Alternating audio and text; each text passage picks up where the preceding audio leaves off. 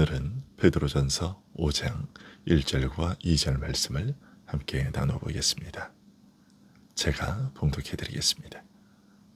너희 중 장로들에게 권하노니 나는 함께 장로된 자요 그리스도의 고난의 증인이요 나타날 영광에 참여할 자니라.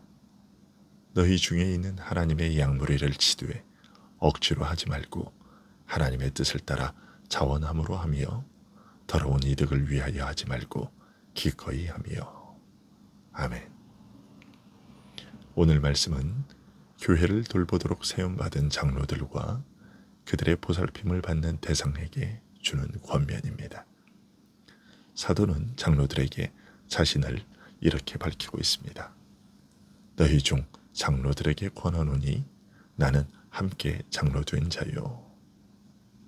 사도인 베드로가 그들과 똑같은 장로로서 주는 권면임을 밝히고 있는 것이죠.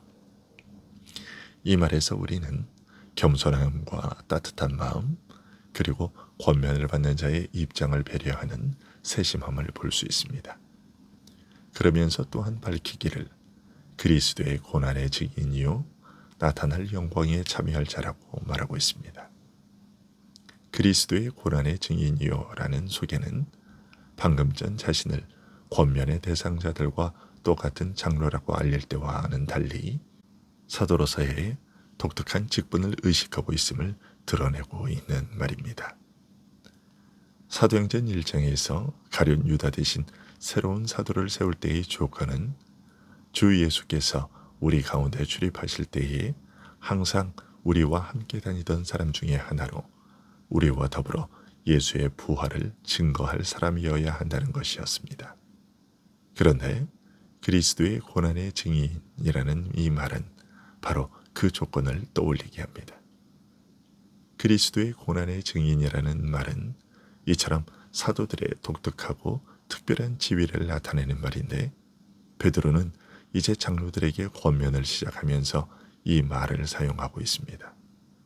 이것은 이 복음 증거의 사명이 이제 권면하려고 하는 대상인 장로들에게도 맡겨졌다는 사실을 일깨우고자 하는 것이죠.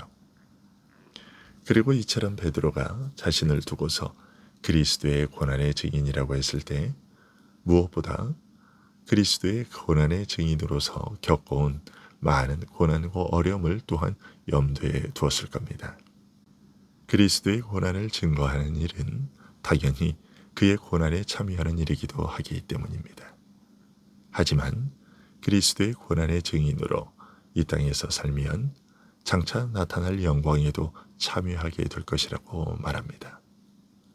장차 나타날 그리스도의 영광에 참여하는 것은 사도로서 주의 고난을 증거해온 베드로는 물론이고 사도가 전해준 복음으로 그리스도의 십자가와 부활을 증거해온 모든 증인들 역시도 함께 참여하게 될 것임을 알려주고 있는 것입니다. 그러면 그리스도의 고난과 영광의 증인으로서 그의 죽음과 부활을 증거하는 일을 우리 신자들은 어떤 자세로 감당해야 할까요? 2절과 3절에서 알려주고 있습니다. 먼저 교회를 돌보되 양을 돌보는 목자의 자세로 돌보라고 2절에서 가르치고 있습니다. 푸른 초원에서 양을 돌보는 목자의 일을 TV로 보면서 낭만적으로 생각하는 이들이 있습니다. 하지만 실제로 그 일을 직업으로 삼고 있는 당사자들에게는 그렇지 않습니다.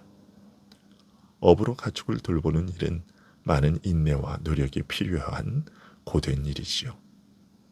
자신이 그토록 이뻐하던 애완동물을 유기하는 것만 보아도 그것을 알 수 있습니다.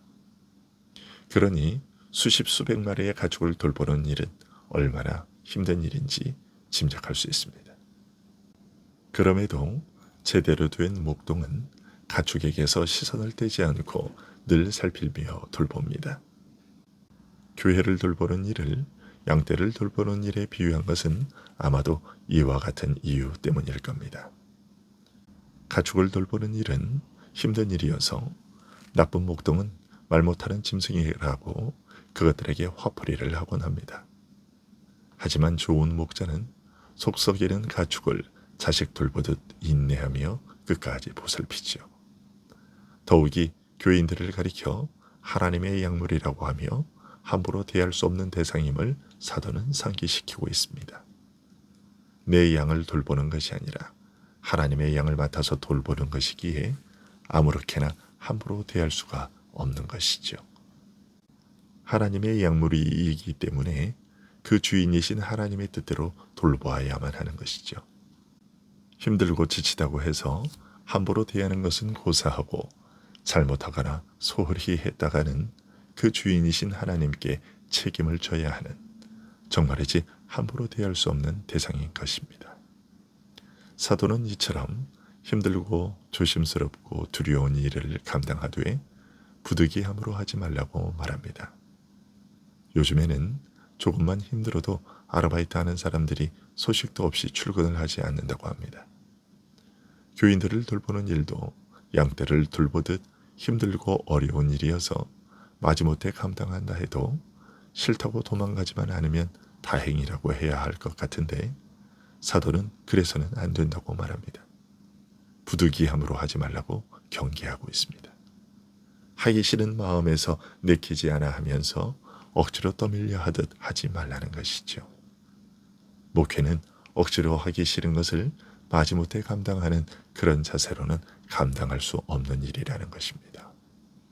사람의 영혼을 살리는 너무나 중요하고 고귀한 일이기에 그런 자세로 감당하는 것은 그 일의 고귀함을 멸시하고 훼손하는 망령된 행동이기에 그럴 바에는 차라리 그만두라는 뜻이기도 합니다. 그러면 어떤 마음 자세를 가지고 해야 할까요? 하나님의 뜻을 따라 자원함으로 하라고 말하고 있습니다. 목회의 귀중함을 깨달아 기쁨으로 하지 않으면 안 된다는 것이죠. 하나님께서 이 일의 고귀함을 알려 깨닫게 하시고 내 속에 기뻐하고 원하는 마음을 불러일으키지 않으시면 감당할 수 없는 일이라는 것입니다. 그리고 더러운 이득을 위하여 하지 말고 기꺼이 하라고 말하고 있습니다. 나에게 돌아올 어떤 이익을 생각하고 그것도 어떤 부끄러운 이익과 욕심 때문에 감당하려는 생각은 아예 하지 말라고 경고하고 있습니다. 만약 그런 마음으로 한다면 그것은 이윤을 남기고자 장사하거나 자기 사업을 하는 것이지 목회를 한다고 할 수 없는 것이죠. 그리고 사도는 오직 하나님의 뜻을 따라서 하라고 권하고 있습니다. 자원함으로 내가 원해서 감당한다고 해서 내 뜻과 내 기분에 따라서 할 수 있는 일이 아닌 것이죠. 대단한 뜻을 품고 목회를 하겠다, 대단한 교회를 세우겠다고 나서는 이들이 적지 않습니다. 하지만 교회를 돌보는 것은 나의 어떤 이상과 목표를 이루는 일이 아닙니다. 내 뜻을 이루고자 한다면 그것은 내가 좋아서 하는 일일 뿐이며 심하게 말하면 내 뜻을 이루고자 하나님과 교회를 이용하는 것에 지나지 않습니다.